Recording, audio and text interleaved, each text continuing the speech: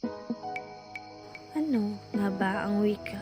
Ano ang kahalagahan ng wikang Pilipino sa ating lipunan? At bakit dapat natin itong tangkilikin at pagyamanin? Ang wika ay nagbibigkis ng mga mamamayang Pilipino sa ating lipunan. Ito ang sumisimbolo ng ating pagkakilanlan at pagiging malayang bansa. Ito ang instrumento ng pagkikipagtalastasan o pagkikipagkomunisasyon ng mga tao dito sa ating bansang kinabibilangan.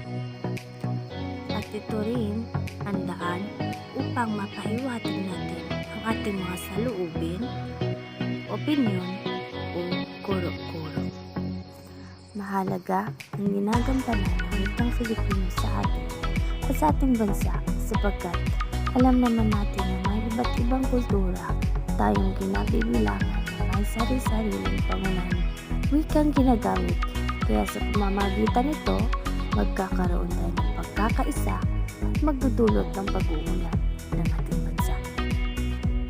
At higit pa doon, mas magkakaintindihan at magkakaunawaan tayong mga Pilipino dahil wikang Filipino ang magsisilbing tulay o susi para maging epektibo ang proseso ng komunikasyon. Isa rin sa mga kahalagahan ng pambansang wika ay ang maging isa sa mga solusyon sa paglutas ng suliranin tungkol sa cultural diversity na kung saan mararanasan ng mga Filipino ang maging isa sa bansa.